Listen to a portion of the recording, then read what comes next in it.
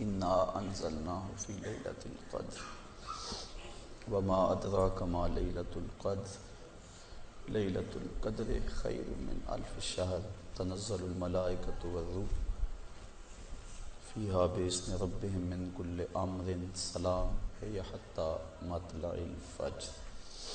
صدق اللہ مولانا العظیم۔ حمد و صلوات کے بعد واجب الاحترام برادران اسلام، السلام علیکم ورحمۃ اللہ وبرکاتہ۔ ذکر رسول کی چاشنی سے بھی آپ کو کافی سیرابی ہوئی اور مجھ سے قبل 2-3 خطابات بھی آپ کے سامعہ نواز ہوئے، سوا ایک ہو گیا۔ صلاۃ و تسبیح، دیگر نوافل، دعا اور دیگر معمولات ابھی باقی ہیں۔ میں چند لمحوں کے لیے کچھ باتیں آپ کی گوش گزار کرنی ہیں۔ اللہ تعالیٰ میری زبان پہ کلمت الحق جاری فرمائے۔ پھلا پھولا رہے یا رب چمن میری امیدوں کا، جگر کا خون دے دے کر یہ بوٹے میں نے پالے ہیں۔ مجھے قلبی طور پہ فرحت ہو رہی تھی اور ہمارے مبلغ ادارۃ المصطفیٰ کے جس انداز کے ساتھ پیغام حق کا ابلاغ کر رہے تھے، اللہ تعالیٰ ان کی جوانیوں کو زمانے کی ہواؤں سے محفوظ رکھے، ان کے علم کو لالچ کی ہوا سے محفوظ رکھے، ان کے درد کو ریا کی ہواؤں سے محفوظ رکھے۔ اللہ اپنی رحمتوں اور کرم نوازیوں کے ہم سب کو حصار میں رکھے۔ چند لمحوں کے لیے کچھ باتیں میں نے آپ کے گوش گزار کرنی۔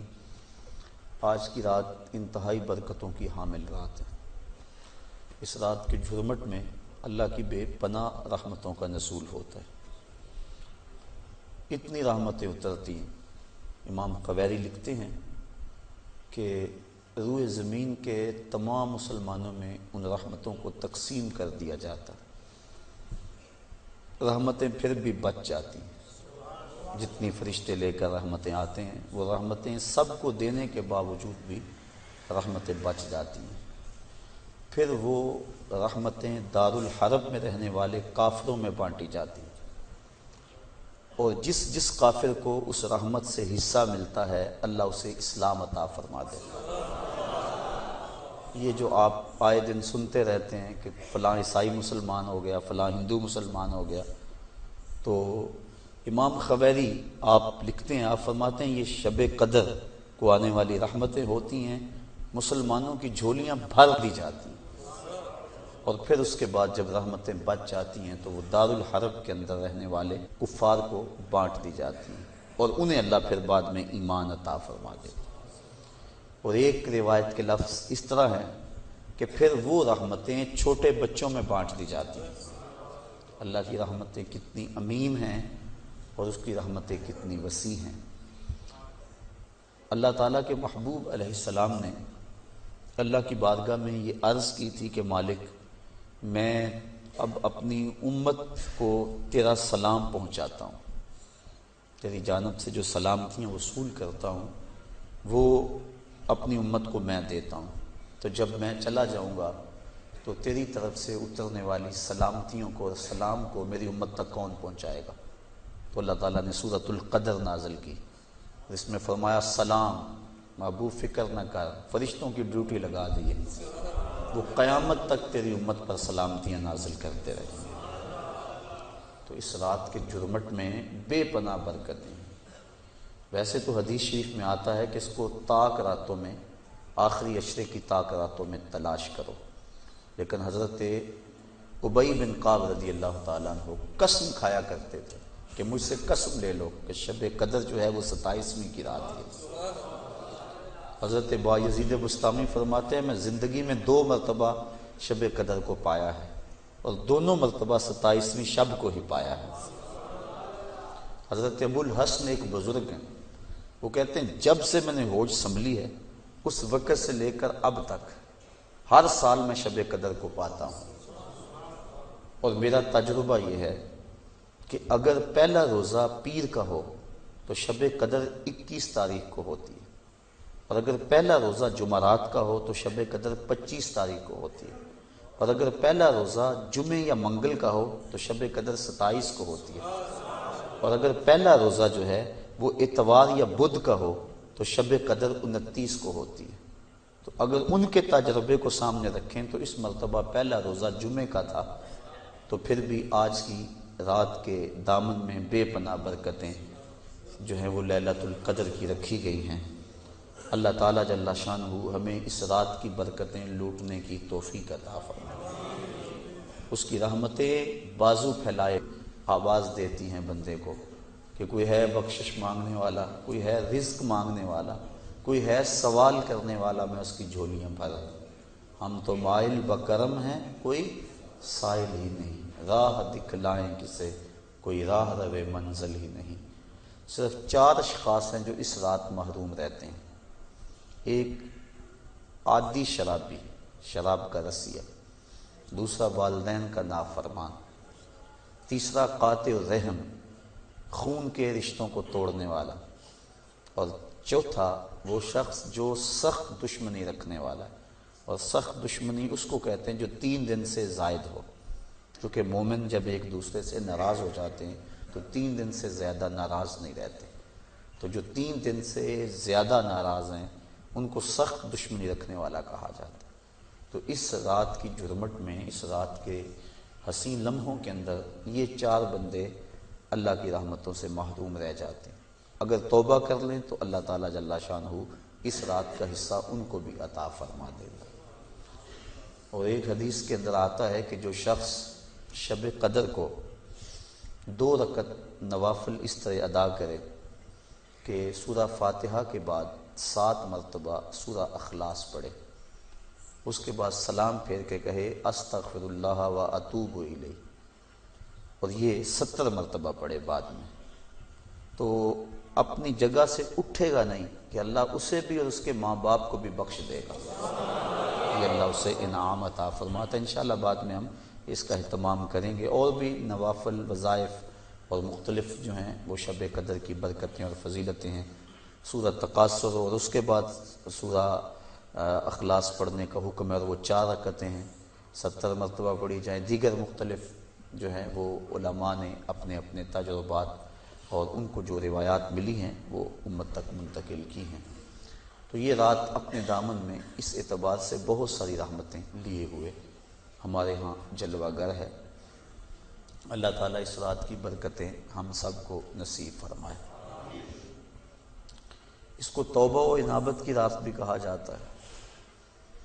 جب انسان جاگتا ہے اس رات میں تو اللہ تعالیٰ جل شانہ ما قبل کے سارے گناہوں کو معاف فرما دیتا ہے۔ وہ فرمایا کہ من قام لیلۃ الصیام، لیلۃ القدر اس سے مراد ہے، ایمانا و احتسابا غفر لہ ما تقدم من ذنبہ، جس نے لیلۃ القدر کو قیام کیا اللہ تعالیٰ اس کے پچھلے سارے گناہوں کو معاف فرما دیتا ہے۔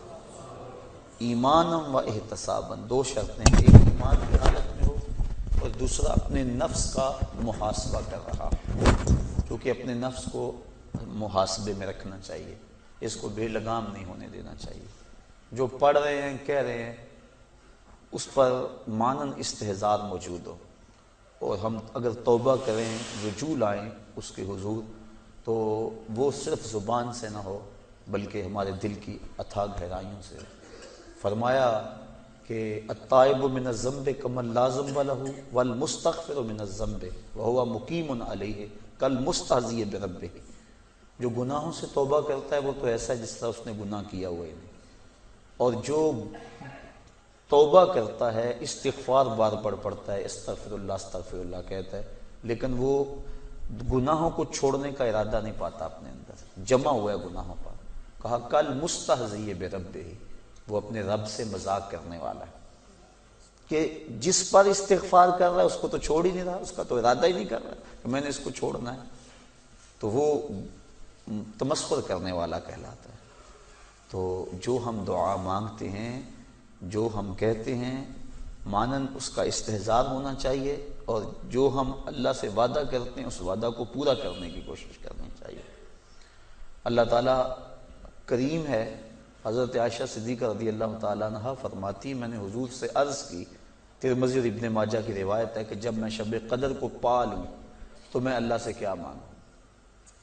تو حضور نے جو دعا تعلیم دی وہ یہ تھی کہ اللہ کی بارگاہ میں پھر عرض کرنا کہ اللہم انکا عفو کریم تحب العفو فاعف عنی، اے اللہ تو معاف کرنے والا ہے، کرم فرمانے والا ہے اور معافی کو پسند کرتا ہے، مجھ سے درگزر فرما لے۔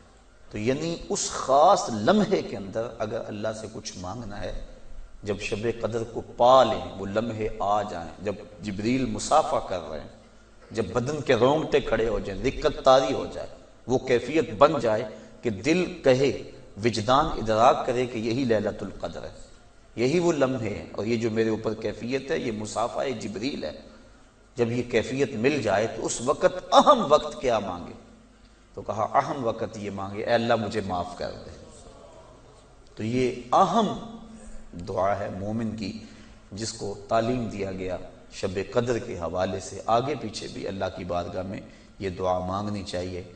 اگر انسان کے توبہ سے گناہ مٹ جاتے ہیں، استغفار پڑھنے سے، عفو و کرم کا مطالبہ کرنے سے، اور اگر گناہ نہ بھی ہوں تو اللہ تعالیٰ درجے بلند فرما دیتا ہے۔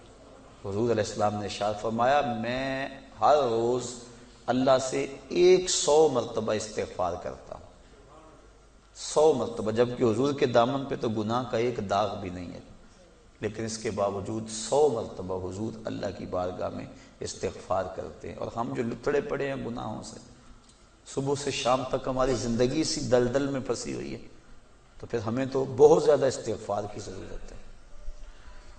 اللہ اکبر۔ عبرت اللہ نصیب فرما دے۔ وہ ایک بچہ تھا چھوٹا، جنگلوں میں رو رہا تھا اور اس کی آنکھوں میں آنسو امٹ رہے تھے اور چیخ رہا تھا، رو رہا تھا۔ کوئی بزرگ تھا وہ قریب سے گزرا، دیکھا بچے کو رو رہا ہے، کہا بیٹا کیا ہوا ہے؟ کہا اللہ سے بڑا ڈر لگتا ہے۔ چھوٹا سا بچہ 6-7 سال کی عمر ہے۔ اللہ اکبر، اللہ سے ڈر لگتا ہے۔ تو اس نے کہا بچہ تیرے تو نامہ اعمال میں ابھی گناہ ہی درج نہیں ہوا، جب تک انسان بالغ نہیں ہوتا تو نامہ اعمال نہیں کھولا جاتا، جب بلوغت ہوتی ہے تو فرشتے نامہ اعمال کھول کے بیٹھ جاتے ہیں۔ تو کہا تیرے تو نامہ اعمال میں گناہ ہی نہیں ہے، تو کیوں رو رہا ہے؟ کہا میں نے اپنی امی کو دیکھا تھا کہ وہ چولہے کے اندر لکڑیاں ڈال کر ان کو آگ لگاتی تھی، آگ نہیں لگتی تھی، دیا سلائی بجھ جاتی تھی۔ اس نے چھوٹی چھوٹی لکڑیاں لی اور ان کو توڑ کے نیچے رکھا، پہلے چھوٹیوں کو لگائی اور ان کو لگی، پھر بڑیوں کو لگ گئی۔ تو میں اس وقت سے چیخ رہا ہوں کہ حشر کے دن جہنم کے اندر اگر بڑے بڑے گناہ گاروں کو ڈالا گیا، آگ نہ لگی تو مجھ چھوٹے کو نہ رکھ لیا جائے۔ یعنی خوف اور خشیت کا عالم دیکھیے۔ تو کہا میں تو اس وجہ سے ڈر رہا ہوں۔ تو جن کے ذمے گناہ بھی نہیں ہیں وہ ڈر رہے ہیں، رو رہے ہیں، جس کے دامن کو اللہ نے عصمت کے پھولوں سے مزین کیا ہوا ہے، وہ تو روز 100 مرتبہ استغفار کریں اور اللہ سے توبہ کریں۔ اور ہم جو سراپا گناہ ہیں، ہماری سوچ، ہماری فکر، ہمارے خیال، ہمارے کاروبار گناہوں میں لتڑے ہوئے ہیں سب کچھ۔ تو اس لیے ہمیں بہت زیادہ ضرورت ہے اس بات کی کہ ہم اللہ کے حضور رجوع کریں۔ یہ ایک رات 1000 مہینے سے بہتر ہمیں دے دی گئی۔ 1000 مہینے کی عبادت کریں، 83 سال اور 4 ماہ بنتے ہیں۔ اتنی دیر قیام میں کھڑے رہو، رکوع اور سجدے میں کھڑے رہو، اور ایک رات عبادت میں گزار لو۔ اور ایک روایت میں پڑھا جو اس رات میں اللہ اکبر جتنی دیر میں بکری کا دودھ دھویا جاتا ہے، کتنی دیر لگتی ہے بکری کا دودھ دھوتے ہوئے، اتنی دیر قیام کیا، کھڑا رہا عبادت میں، نماز میں، جتنی دیر میں بکری کا دودھ دھویا جاتا ہے، اللہ تعالیٰ اس کی مغفرت اور بخشش فرما دیتا ہے اور اس کو پوری لیلۃ القدر کی فضیلت عطا کر دیتا ہے، جس نے اتنا قیام کیا جتنا بکری کا دودھ دھوتے ہوئے وقت لگتا ہے۔ تو اللہ نے یہ مجھے اور آپ کو توفیق عطا فرمائی اور امت کو یہ مزاج عطا کر دیا کہ وہ جتنے مرضی گناہ گار ہوں، شب قدر کو تو جاگنے کا معمول بن گیا ہے۔ اور کئیوں کو الحمدللہ توبہ بھی نصیب ہوتی ہے، پکی توبہ، اور یہ بہت بڑی دولت ہے۔ زندگی مختصر سی ہے، میں چونکہ تقریر اور گفتگو لمبی نہیں کرنی ہے، اختصار سے عرض کر رہا ہوں کہ مختصر سی زندگی ہے، پتہ نہیں کب سانسوں کی مالا ٹوٹ جائے۔ اور ہم موت کی آغوش میں چلے جائیں، پھر کوئی حجت باقی نہ رہے۔ مجھے اور آپ کو اپنی اصلاح کے لیے کوشش کرنی چاہیے۔ ذکر فکر میں آج کی رات ہم گزاریں گے اور بوقت سحر تک آپ یہاں موجود رہیں۔ آپ کے لیے انشاءاللہ العزیز سحری کا انتظام بھی کیا گیا ہے۔ معتکف حضرات جو 10 دن سے آئے ہوئے ہیں، ان کا مقصد اور مدعا لیلۃ القدر پانا ہے۔ آپ بھی لوگ ہیں، کچھ آج نئے آئے ہیں، تو اللہ تعالیٰ جل شانہ ہم سب کو اپنے قرب کی راہیں عطا کر دے اور ہمارے لیے عمل آسان کر دے۔